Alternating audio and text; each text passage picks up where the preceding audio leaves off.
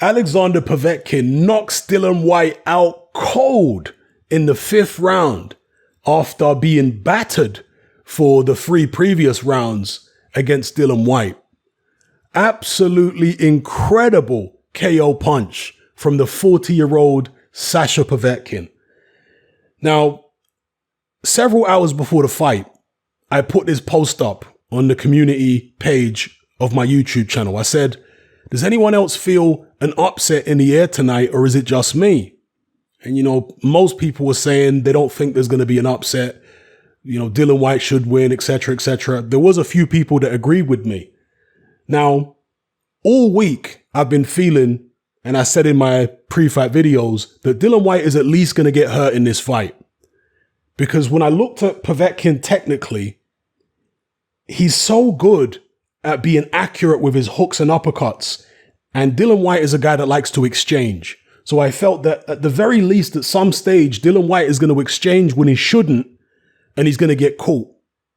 Now, Dillian boxed virtually a punch-perfect fight for the first 4 rounds. He dropped Povetkin twice in the 5th. He was beating him up. Dillian's jab was real good. He was keeping his hands high. In a lot of Dillian Whyte's previous fights, he fights with his left hand low. But in this fight, he had both hands up. He was keeping it at long range. He was hitting Povetkin with a solid jab. He was moving around the perimeter of the ring at certain times, getting Povetkin to, you know, come at him and then countering. And that's how he dropped Povetkin the second time in the 4th round. As Povetkin was coming at him, Dillian Whyte was up against the ropes and he caught Povetkin coming in with a left uppercut. So Dillian Whyte was fighting the perfect tactics, you know, excellent jab, staying calm, just breaking Povetkin down slowly. I can't remember if it was after the 3rd round or after the 4th round, but his trainer, Xavier Miller, or is it Xavier Miller? I'm not sure how to pronounce it. He said to Dillian, don't exchange with him this early. You don't need to exchange with him so early in the fight. And that was absolutely correct. And this is something I said in a pre-fight video. You can't exchange with Povetkin too early like that, especially not left hooks, because Povetkin has a shorter left hook than Dillian Whyte. And in this instance, it was a left uppercut. And what a cruel, I mean, there were so many cruel ironies in this fight, but what a cruel irony that the shot Dillian Whyte dropped Povetkin with towards the end of the 4th round was the same shot Povetkin would then hit him with in return in the 5th to end the fight. And it was an incredible punch. In that 5th round, Dillian Whyte came in with his guard up, looking to exchange a hook with Povetkin, either to the body or to the head. And he didn't get the hook that he expected. Dillian Whyte had both hands up. He wasn't really doing too much wrong defensively. He was just in the wrong position. You don't want to be in hook exchanging position with Povetkin. I know it can get tempting and all that, but Povetkin has shown in fights in the past where he's been hurt, he's been able to come out with these big shots and take people out or drop them. So Dillian Whyte made a positioning mistake in that 5th round where he moved his head forward to exchange left hooks with Povetkin, and Povetkin caught him up the middle with a beautiful left uppercut that caught Dillian Whyte straight on the jaw, and Dillian Whyte went down hard. And it came so much out of the blue that it was a shock. Like, what? You know, we all expected Dillian to come out in that 5th round and then maybe finish Povetkin off, because Povetkin was looking all at sea. But, you know, that left hook, man, and Povetkin is very good at varying his hooks, the angle that he throws them at. Sometimes he'll throw the hook like Golovkin from an upward position, so kind of like down on the side of your head. Sometimes he'll throw it like a true hook with, you know, his forearm horizontal, or other times he'll throw it like a hook come uppercut, the way he caught Dillian Whyte. So he's good at varying the angle of his hook. And boy, Dillian Whyte felt it. Now Dillian Whyte knows how Dave Price felt when he got hit by that left hook from Povetkin. I guess now he knows how Derek Chisora felt when he got knocked out by the left hook from Dillian Whyte. So yeah, it's heavyweight boxing, folks. Expect the unexpected, as I've been saying for years now. In this heavyweight era, you're going to see lots of upsets.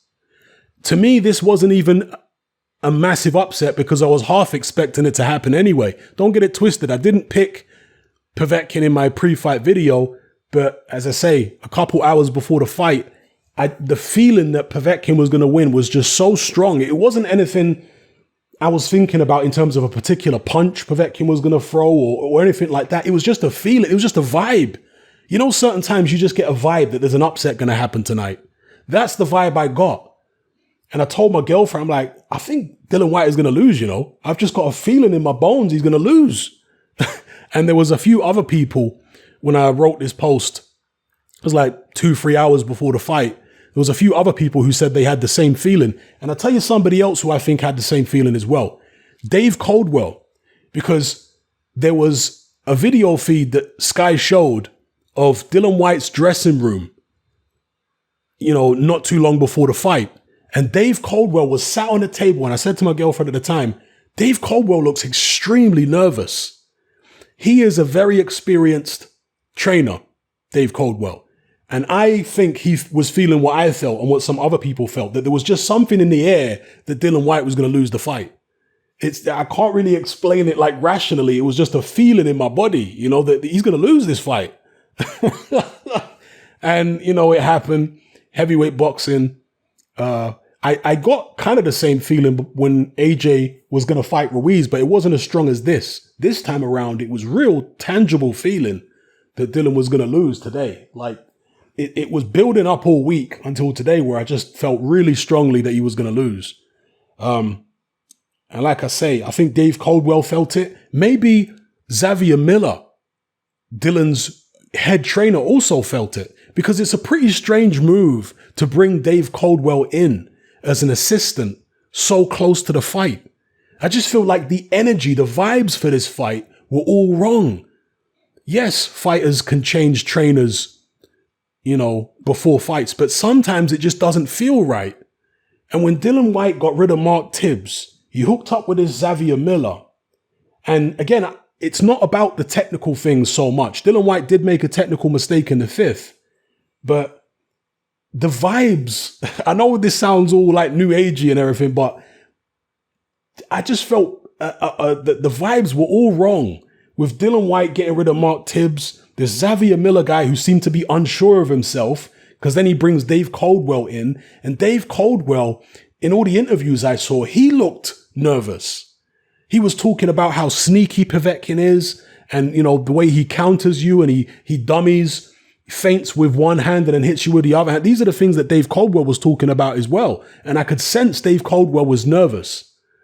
Like even before I saw that dressing room, but when I saw that feed of the dressing room, wow, Dave looked like he was about to go to the gallows. So yeah, it just felt like Phil Collins, man. I could feel it in the air tonight somehow. And it was what it was. Lights out for Dillian Whyte. It must be terribly, terribly disappointing for him because he was on the eve of a world title fight. And he was on the eve of a victory, right? He was right on the brink of getting Povetkin out of there. But Povetkin wasn't quite ready. Yeah, when Dillian Whyte was going in there, leaning in, looking to exchange hooks. No. Povetkin still had plenty of power. And as you saw, he came out with one there and ironed Dillian Whyte out. Now, apparently there's a rematch clause in the contract. And Eddie Hearn's been talking about Dillian Whyte getting back in there with Povetkin. See, the thing about this, it's different than when Anthony Joshua fought Andy Ruiz. Because Anthony Joshua is a tall, athletic heavyweight with long arms who can move around and do something different. Now, Dillian Whyte was boxing a lot of this fight at long range, and he did move a little bit around the perimeter of the ring, but he was having to block a lot of punches. Yeah, Povetkin was still landing. He was just hitting Dillian Whyte's arms and gloves. And he was hitting Dillian in the body too. Dillian Whyte is a slow-footed heavyweight. So how's he going to change it up in an immediate rematch with Povetkin to stay away from that power for 12 rounds? You know, I've talked in the past about how, to me, Dillian Whyte's punch resistance has never been the same since he got knocked out by Anthony Joshua. Well, this knockout was even more devastating than the Joshua knockout, because when he got KO'd by AJ, that was after a grueling 7 rounds where he'd taken loads of big punches. And he was so tired. You know, he took a big right hand in that 7th, and that wobbled him. AJ followed up and finally got him over with the uppercut. So it didn't just come out of the blue. You know, he'd taken a hell of a lot of punishment throughout the rounds. But with this one right here, I mean, that was the first real clean power shot that Povetkin hit Dillian Whyte with. And it was over. So going into an immediate rematch, Dillian Whyte's in there with somebody he knows can knock him out at any time with one punch. And he doesn't have the foot speed to stay away from the guy. The guy's going to put hands on him. Do you understand? That is going to weigh heavily on Dillian Whyte's mind. I know he's a strong-minded individual, but in an immediate rematch, I'm telling you, Dillian Whyte is going to have some serious demons, I think, because this is the second time now he's been knocked out in that fashion by an uppercut. And you know, it's interesting. Dillian Whyte appears to take shots on the side of the head better than he takes shots up the middle, you know, from uppercuts, because again, AJ hit Dillian Whyte with all kind of, well, to be fair, AJ hit Dillian Whyte with some big uppercuts too earlier in the fight. But it just is interesting the way that the 2 times he's been knocked out, it was by uppercuts. So, you know, maybe he feels the concussive effect of those even more than shots to the side of the jaw or the side of the head. And if Dillian Whyte's punch resistance, and I've been saying this for a long time, was diminished by the AJ knockout, this is going to diminish his punch resistance even more. So this might be the end of Dillian Whyte. I don't want to write him off, okay? Don't misconstrue what I'm saying. But it's going to be a tough road back. It's going to be real tough for him to even beat Povetkin in an immediate rematch. I'm telling you guys. Because again, how does he stay away? How does he avoid Povetkin's power for a whole fight? I mean, does he gamble and just try go for it? I mean, if he goes for it, he's going to leave himself open. Like, in the first 4 rounds, Dillian Whyte wasn't getting hit clean by Povetkin because he was boxing very conservatively, very cautiously. He was sticking to a jab. He was trying to keep everything long. He was taking a walk around the ring from time to time. Very conservative boxing and just blocking everything Povetkin. Dillian Whyte was trying to counterpunch as much as he possibly could in those first 4 rounds. He didn't want to give Povetkin anything to counter him with. You know, he didn't want to give Povetkin a low left hand to counter or a lazy jab to counter. You know, he didn't want to do any of that. That's why he was picking his shots. He was very economical, very controlled.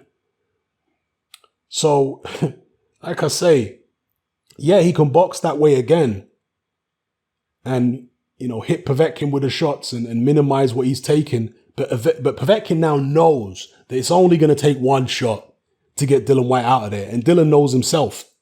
So that immediate rematch, to be honest with you, I can understand why they would take it from a financial perspective. But if I was in Dillian Whyte's team, I would advise him not to take that fight. And I know that sounds crazy. And I said the same about AJ against Ruiz.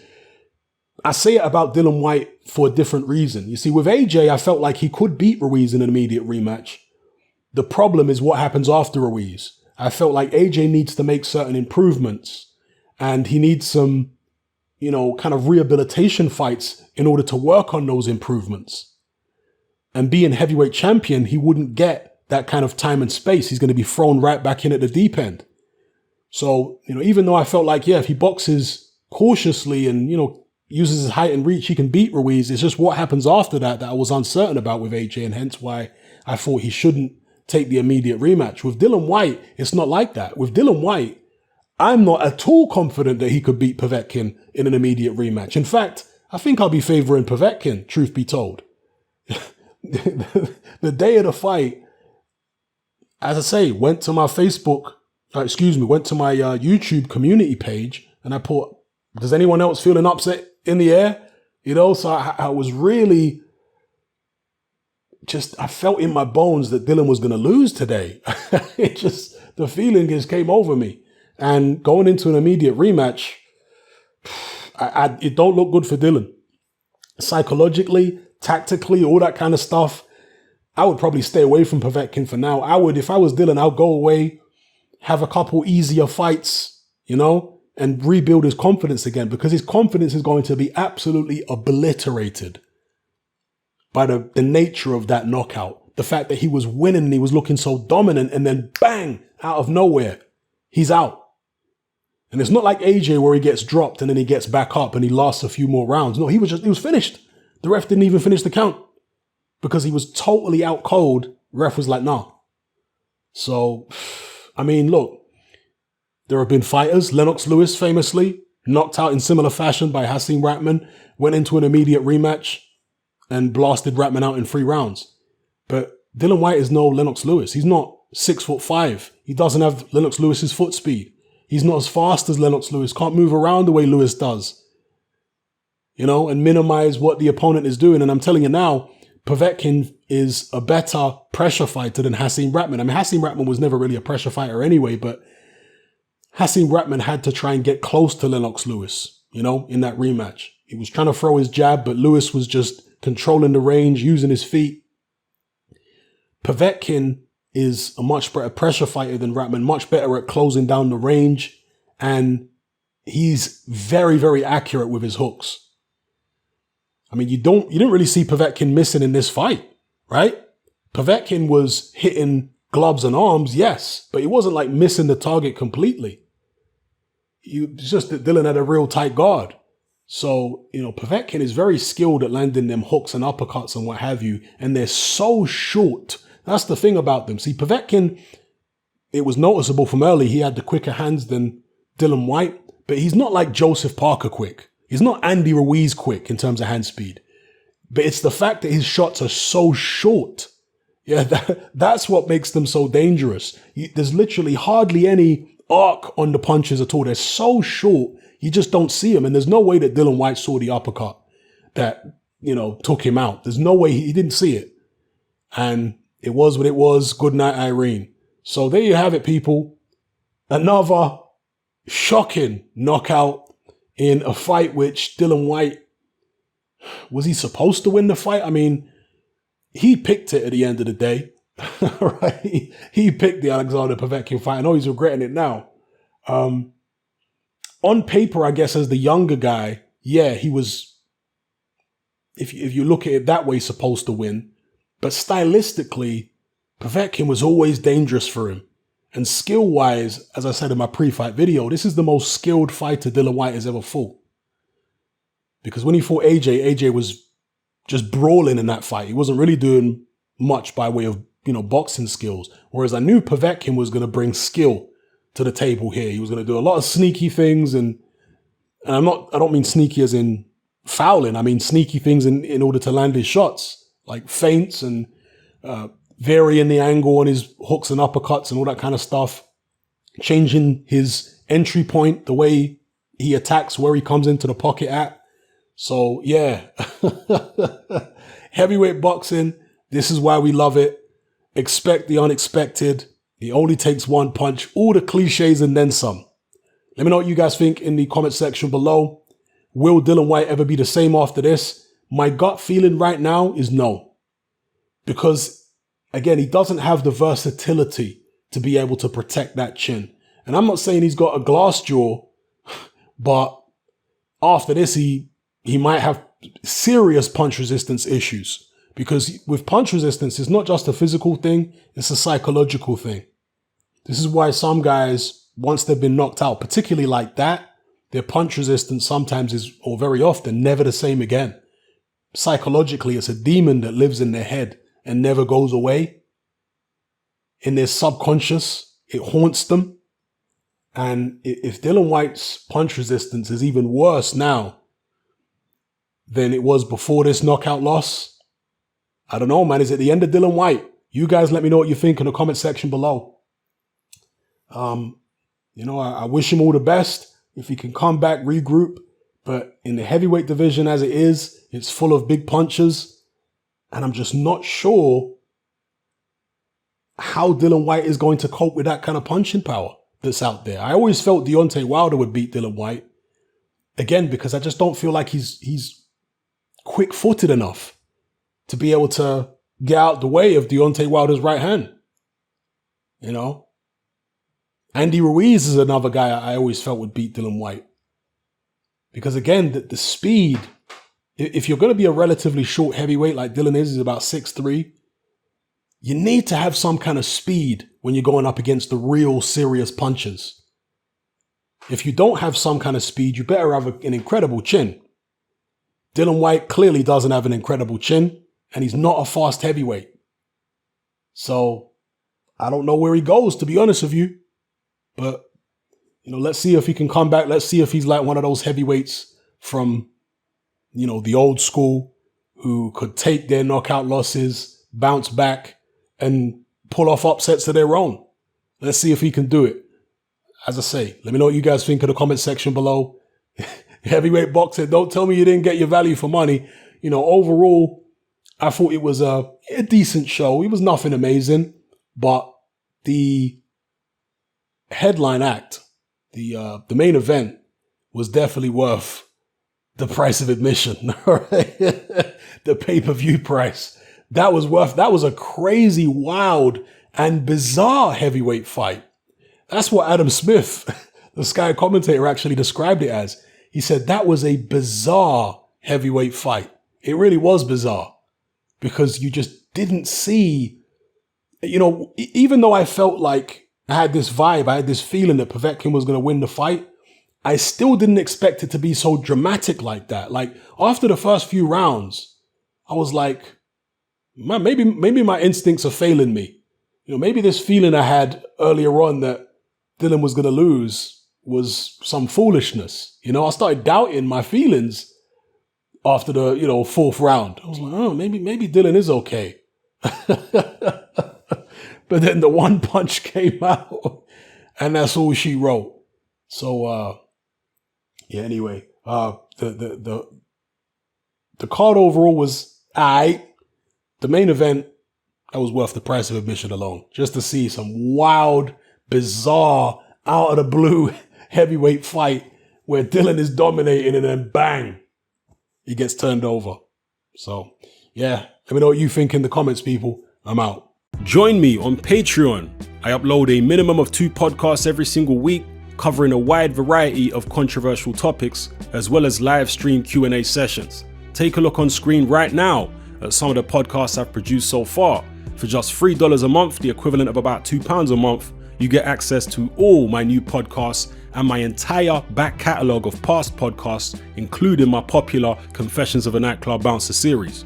You can listen on your computer or on your smartphone or tablet by downloading the Patreon app from the Google Play Store or the App Store for free. The Patreon app also allows you to download each podcast in MP3. For less than the price of a cup of coffee, you get access to dozens of hours of exclusive content. It's easy to sign up, there's no contract, and you can cancel at any time. So come and join our community of free and critical thinkers by signing up with me here on Patreon today.